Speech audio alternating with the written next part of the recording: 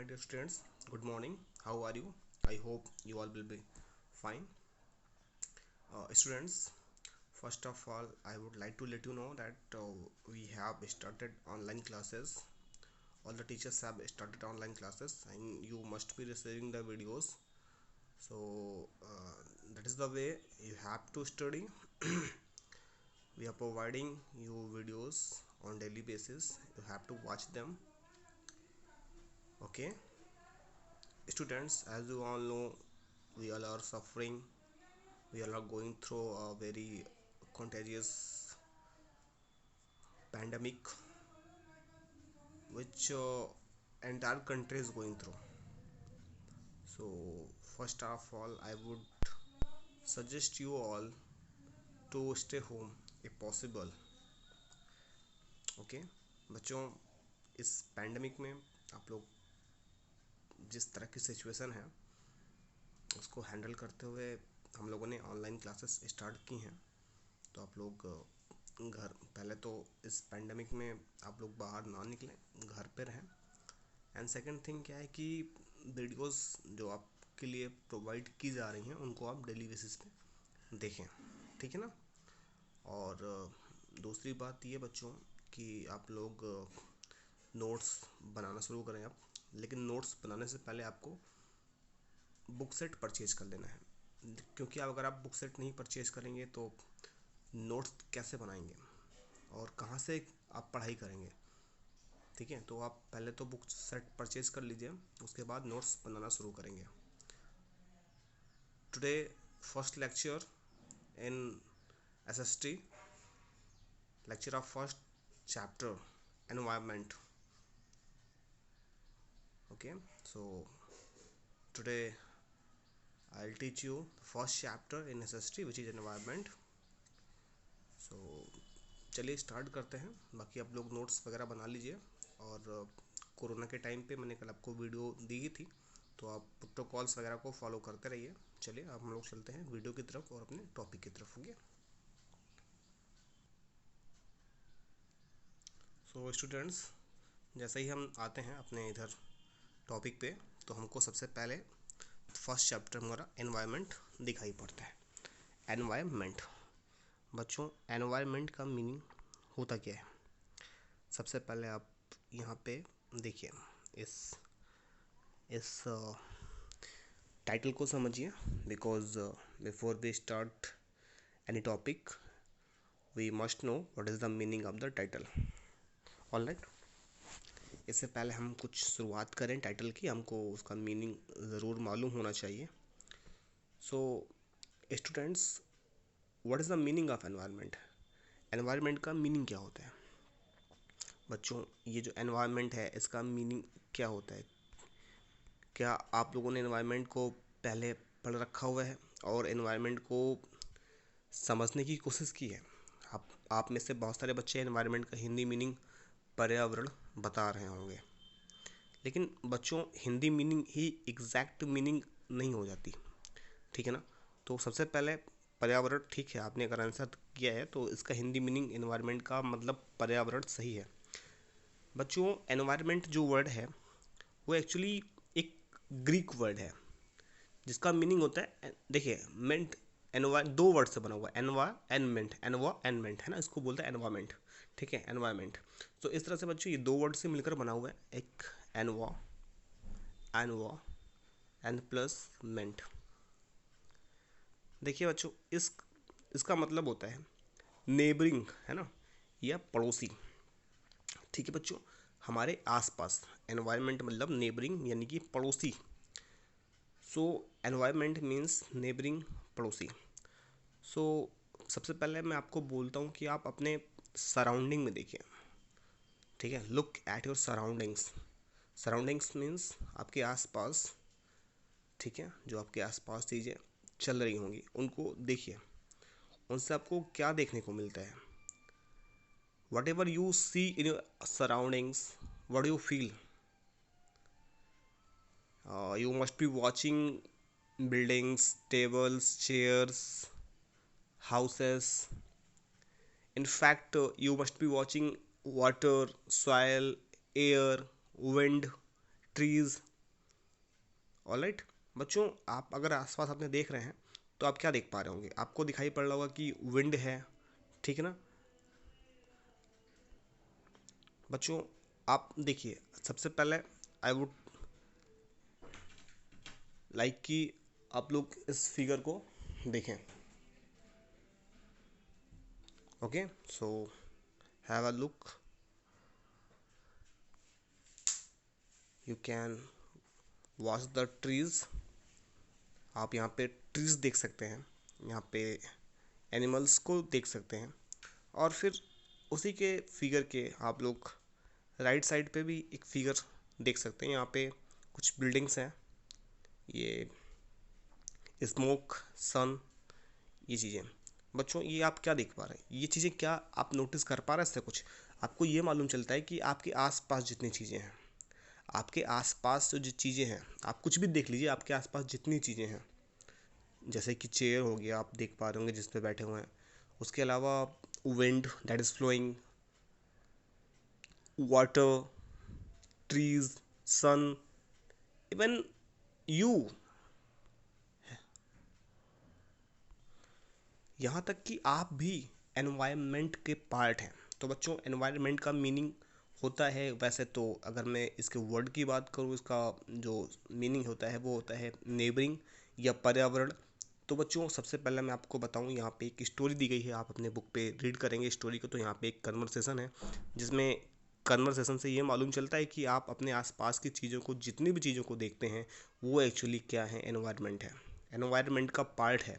तो बच्चों एनवायरनमेंट की डेफिनेशन मैं आपको देना चाहूँगा, बताना चाहूँगा, एनवायरनमेंट को मैं समझाना चाहूँगा। एनवायरनमेंट पर्यावरण, यानी जितनी भी चीज़ें आप अपने आसपास देख रहे हैं, वो चाहे नेचुरल हो या हम लोगों ने बनाई हो, उसे ही एनवायरनमेंट कहते हैं। हमारे आस पास का चीज़ है ना, everything that we are surrounded with, everything that we are surrounded with it's actually part of environment. जितनी भी चीज़ों से हम घिरे हुए हैं अपने आसपास, वो चीज़ें क्या हैं, एनवायरनमेंट का हिस्सा हैं, एनवायरनमेंट का हिस्सा है बच्चों। समझ गए ना? अब आप कहेंगे सर क्या मैं भी एनवायरनमेंट का हिस्सा हूँ? Yes of course you are also a part of environment. आप भी एनवायरनमेंट का एक पार्ट हैं बच्चों। क्योंकि आप भी किसी से, आपने भी किसी के सराउंडिंग, या आप कह लीजिए कि किसी न किसी के सराउंडिंग में तो हैं आप, तो ऐसे में आप भी एनवायरनमेंट का पार्ट हुए कि नहीं? तो बच्चों आपने क्या सीखा, एनवायरनमेंट क्या होता है? Environment means everything that we are surrounded with, वो हर एक चीज़ जिससे हम घिरे हुए हैं, हमारे आसपास का जो चीज़ें हैं, वो सारा का सारा ही एनवायरनमेंट है। ठीक है ना बच्चों, हमारे आसपास की जितनी भी चीज़ें हैं वही पर्यावरण कहलाती हैं। समझ गए बच्चों? लेकिन कुछ लोग पर्यावरण को केवल केवल ग्रीनरी से लेते हैं, यानी कि उनको लगता है केवल पेड़ पौधे, ये सारे ही चीज़ें एनवायरनमेंट, ऐसा नहीं होता। एनवायरनमेंट हर चीज़ें हैं, जो भी आसपास आप देख रहे हो वो एनवायरनमेंट का ही पार्ट होता है। ठीक है ना बच्चों, चलिए आगे बढ़ते हैं। यहाँ पे इस जो पूरा कन्वर्सेशन है, इसका गेस्ट ये था, उन्होंने एनवायरनमेंट को समझाने की कोशिश की। ठीक है, रवि, यहाँ पे जेसी, मुस्तफ़ा, आशा, ये सारे कुछ स्टूडेंट्स हैं जो एनवायरनमेंट पर डिस्कस कर रहे होते हैं। आप इनको रीड कीजिएगा और देखिएगा ये क्या जानना चाहते हैं। तो मैंने आपको इसका गेस्ट यानी समरी बता दिया कि एनवायरनमेंट पे डिस्कशन चल रही है, और ये सारे ही चीज़ें आपस में बात करते हैं कि mountain, river, tree, animals, roads, clothes, book, everything, everything is part of our environment. हर एक चीज़ हमारे एनवायरनमेंट का पार्ट है। क्यों? क्योंकि हम उससे घिरे हुए हैं। ठीक है ना बच्चों? तो आई होप कि आप समझ पाए होंगे कि एनवायरनमेंट एक्चुअली होता क्या है।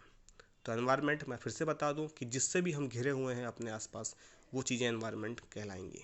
ठीक है, अब देखिए बच्चों, सबसे बड़ा इम्पोर्टेंट बात आता है कि एनवायरनमेंट कितने टाइप के होते हैं, कैसे हम पहचानें। आप जैसे मैंने आपको बोला कि हर एक चीज़ जिससे आप घिरे हुए हैं एनवायरनमेंट है। आप बोलेंगे सर क्या जहाँ पर मैं बैठा हुआ हूँ, जो मैंने कपड़े पहन रखे हैं, क्या वो भी एनवायरनमेंट है? Yes of course that is also a part of environment, वो भी आपके पर्यावरण का हिस्सा है, वो भी आपका पार्ट है एनवायरनमेंट का। ठीक है, तो आपको मैंने बोला कोई भी चीज़, आपने बच्चों टर्म पढ़ा होगा, abiotic and biotic, abiotic and biotic, क्या आप इसके बारे में जानते हैं? नहीं जानते हैं तो don't worry, I will explain. ठीक है ना बच्चों। सबसे पहले हम देखते हैं कंपोनेंट्स ऑफ एनवायरनमेंट। अब हमने एनवायरनमेंट तो पढ़ लिया, हमने समझ लिया कि एनवायरनमेंट क्या होता है, मैंने आपको बता दिया, फिर से बता देता हूँ। Environment is that we are surrounded with, है ना। एनवायरनमेंट वो है जिससे हम घिरे हुए हैं। Everything that we are surrounded with is part of our environment. हर एक चीज़ जिससे हम घिरे हुए हैं वो हमारे एनवायरनमेंट का पार्ट है। अब यहाँ पे आप इस फिगर को देखिए बच्चों, यहाँ पे इस फिगर को देखिए, यहाँ पे आप क्या देख पा रहे हैं, व्हाट आर यू लुकिंग। तो आप देख पा रहे हैं वाटर, लैंड, बिल्डिंग्स, पार्क्स, यहाँ पे कुछ लोगों को देख पा रहे हैं। तो बच्चों कंपोनेंट मीन्स क्या होता है? कंपोनेंट मीन्स किससे मिलकर बना हुआ है हमारा एनवायरनमेंट, ठीक है। तो एनवायरनमेंट हमारा किससे मिलकर बना हुआ है, ये बहुत इंपॉर्टेंट है। तो बच्चों एनवायरनमेंट का जो मेन कंपोनेंट है वो नेचुरल और ह्यूमन मेड, यहाँ पे दो क्लासीफाई किया गया है इन्होंने, ठीक है। एनवायरनमेंट को दो तरीके से किया गया है, एक तो नेचुरल, दूसरा ह्यूमन बीइंग। अब बच्चों नेचुरल क्या होता है, नेचुरल एनवायरनमेंट क्या है? अब अपने आसपास आप देखिए, चलिए एक प्रैक्टिकल करते हैं। आप अपने आसपास देखिए और ऐसी चीज़ें देखिए जिसको किसी पर्सन ने या ह्यूमन बीइंग ने नहीं बनाया है। आप क्या नोटिस करते हैं? चलिए एक पल के लिए ऑब्जर्व करते हैं चीज़ों को, आपको लेके चलता हूँ मैं, चलिए इमेज की तरफ लेके चलते हैं आपको। बच्चों आपने एनवायरनमेंट को जैसा देखा, तो सबसे पहले आप इस फिगर को देखिए, आप इस फिगर को देखिए, यहाँ पे आप ट्री देख पा रहे हैं क्या? ये पॉन्ड देख पा रहे हैं क्या? ये एनिमल देख पा रहे हैं, ये बर्ड देख पा रहे हैं, ये सन देख पा रहे हैं, स्काई देख पा रहे हैं, स्मोक।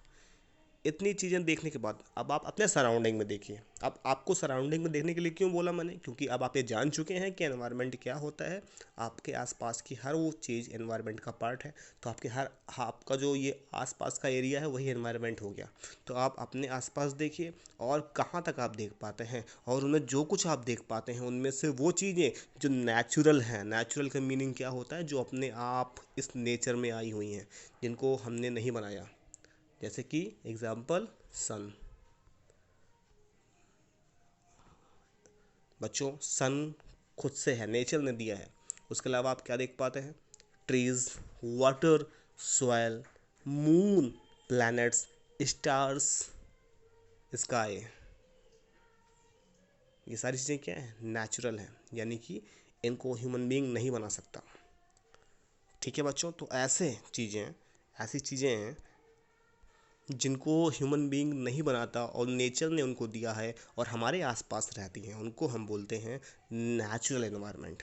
फिर से समझाता हूँ, ऐसी चीज़ें जो हमारे सराउंडिंग में हैं, जो हमारे आसपास हैं और उनको नेचर ने दिया है और ह्यूमन बीइंग ने नहीं बनाया, उनको बोलते हैं नेचुरल एनवायरनमेंट, ठीक है ना बच्चों। नेचुरल एनवायरनमेंट, यहाँ पे एग्जांपल पे आप देखिए वाटर। बच्चों वाटर नेचुरल एनवायरनमेंट का पार्ट है। अब देखिए वाटर का जो वाटर का एक रीजन होता है, एक एरिया होता है, उसको हम लोग हाइड्रोस्फीयर बोलते हैं। आप जानते हैं ना, hydro means water, sphere means एक जो स्फीयर बनता है, सर्कल बनता है, जो जहाँ पे वो जो पानी है जहाँ पे चारों तरफ, तो वो क्या होगा? हाइड्रोस्फीयर बोलते हैं उसको। तो वो क्या हो जाएगा? वो आपका एनवायरनमेंट है कि नहीं है? लेकिन कैसा एनवायरनमेंट है? नेचुरल एनवायरनमेंट है।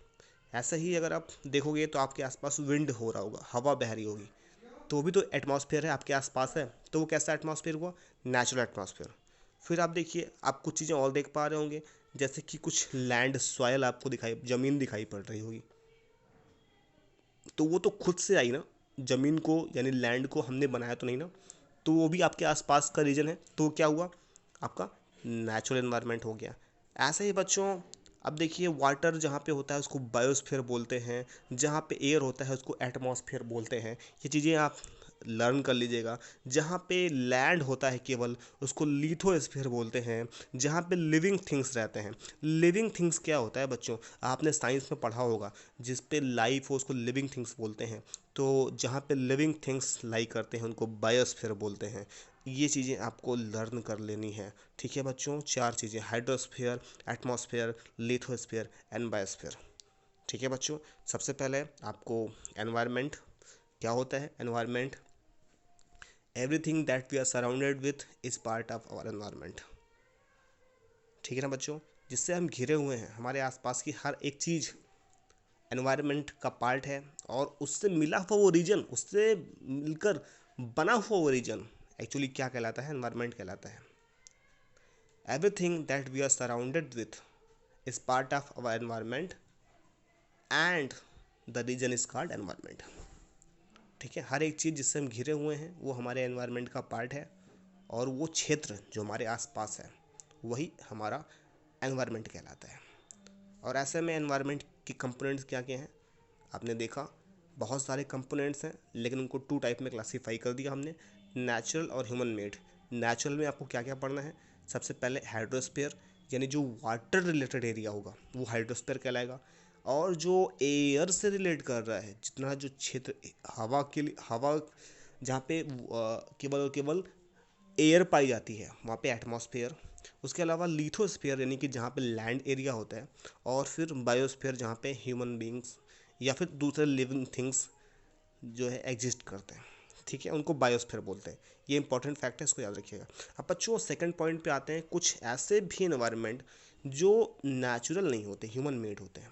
अब आप कहोगे सर ऐसे कैसे हो सकता है, आज तो क्यों नहीं हो सकता बच्चे। आप अपने सराउंडिंग में देखिए, अपने आसपास में देखिए, क्या कुछ चीज़ें ऐसी भी नज़र आती हैं जो नेचर ने नहीं दी बल्कि हमने बनाई हैं। तो आप बोलोगे सर कैसे, तो मैं आपको बताऊंगा। आप एक बार के लिए आप अपने पास ऐसी चीज़ें देखिए, जैसे आपके रूम में वॉच होगी, वॉच होगा ना। आप वॉच देखिए, क्या वो वॉच नेचर ने दी है, क्या वो अपने आप वॉच आ गई आपके घर में। या फिर आप डोर देख लीजिए आपके आसपास का, आपके घर में आप बिल्डिंग देख लीजिए, आपके घर की जो बिल्डिंग है। या फिर आप बाहर निकल के रोड्स चेक कर सकते हैं, आपके bridge, building, park, monuments, industrial areas, ये सारे क्या हैं, ह्यूमन मेड है। इनको हमने बनाया है, ह्यूमन ने बनाया है। ये बिल्डिंग नेचर से तो नहीं मिली, नेचर ने तो नहीं दिया हमको। ऐसा तो है नहीं कि ये अपने आप खड़ी हो गई बिल्डिंग।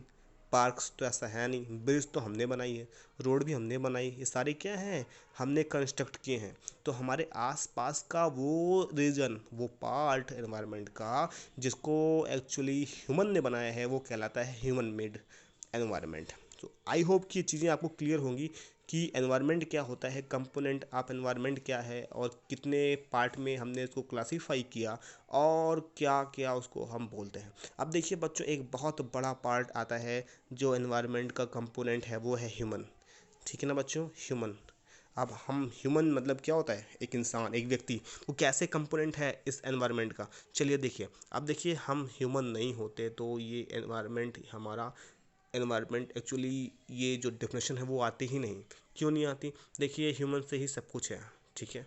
अब देखिए सबसे पहले ह्यूमन क्या होता है, कैसे कैसे ह्यूमन को इन्होंने देखिए डिस्ट्रीब्यूट करके रखा हुआ है, किस किस पार्ट में, बहुत इंपॉर्टेंट है। सबसे पहले आप देखिए, जब हम बात करते हैं कंपोनेंट ऑफ एनवायरनमेंट की और ह्यूमन की बात कर रहे होते हैं, तो देखिए सबसे पहला जो पार्ट है वो है इंडिविजुअल। इंडिविजुअल मतलब क्या होता है, व्यक्तिगत, यानी कोई सिंगल पर्सन, इंडिविजुअल, एक अकेला व्यक्ति, वो जो होता है अपने आप में वो इंडिविजुअल होता है, और उसको वो ह्यूमन जो है, ठीक है। तो सबसे पहले हम ह्यूमन को अगर बात करें तो एक व्यक्ति, एक पर्सन जो होता है, ह्यूमन बींग, क्या होता है अपने आप में इंडिविजुअल, अकेले आता है। उसके बाद क्या होती है, उसकी फैमिली होती है।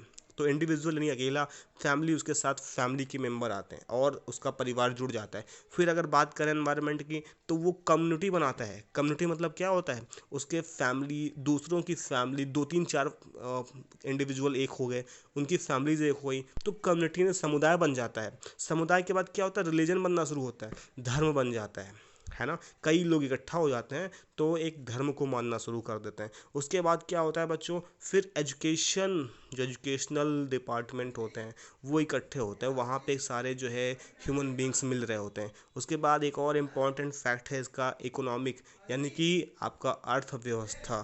फिर पॉलिटिकल सिचुएशन, है ना, जो हमारे देश में पॉलिटिकल यानी राजनीतिक जो हमारी सिचुएशन है, कंडीशन है वो भी कंपोनेंट है आपका एनवायरनमेंट का।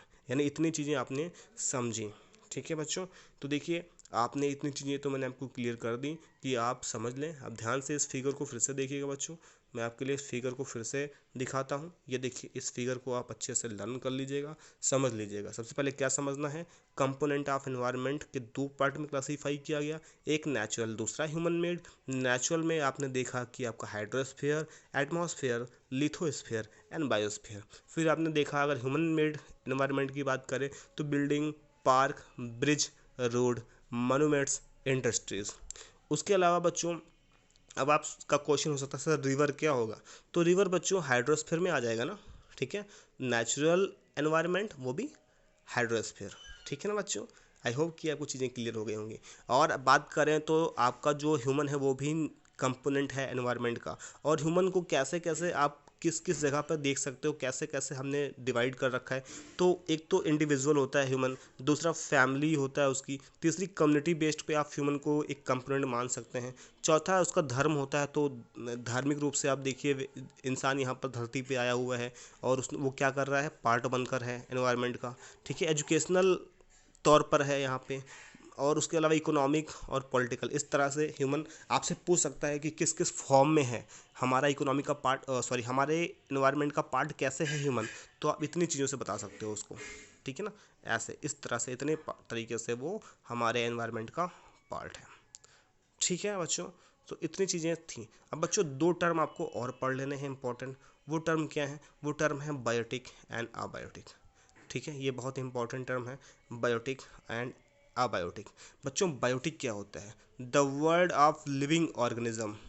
जितनी चीज़ें लिविंग थिंग्स हैं, लिविंग ऑर्गेनिज्म जो होता है उनको बोलते हैं बायोटिक। ठीक है, जो हमारे बायोस्फीयर से बिलोंग करती हैं, जो हमारे बायोस्फीयर को बिलोंग करती हैं उन्हें कहते हैं हमारा बायोटिक।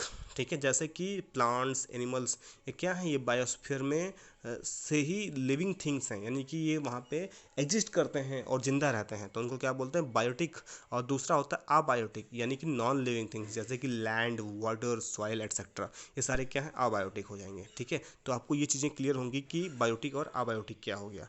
ठीक है, तो इतनी चीज़ें आपने समझ ली बच्चों। यहाँ पे देखिए एनवायरनमेंट की डेफिनेशन दी गई है फ्रॉम द अबव कन्वर्सेशन, आपके ऊपर कन्वर्सेशन दी गई है, उसको आप पढ़ेंगे और इससे आपको क्लियर होगा कि you understand that the place, people की जो भी जगह है, लोग हैं, चीज़ें हैं और ये नेचर है जिससे हम घिरे हुए हैं। ठीक है, उसे क्या बोलते हैं, एनवायरनमेंट कहते हैं।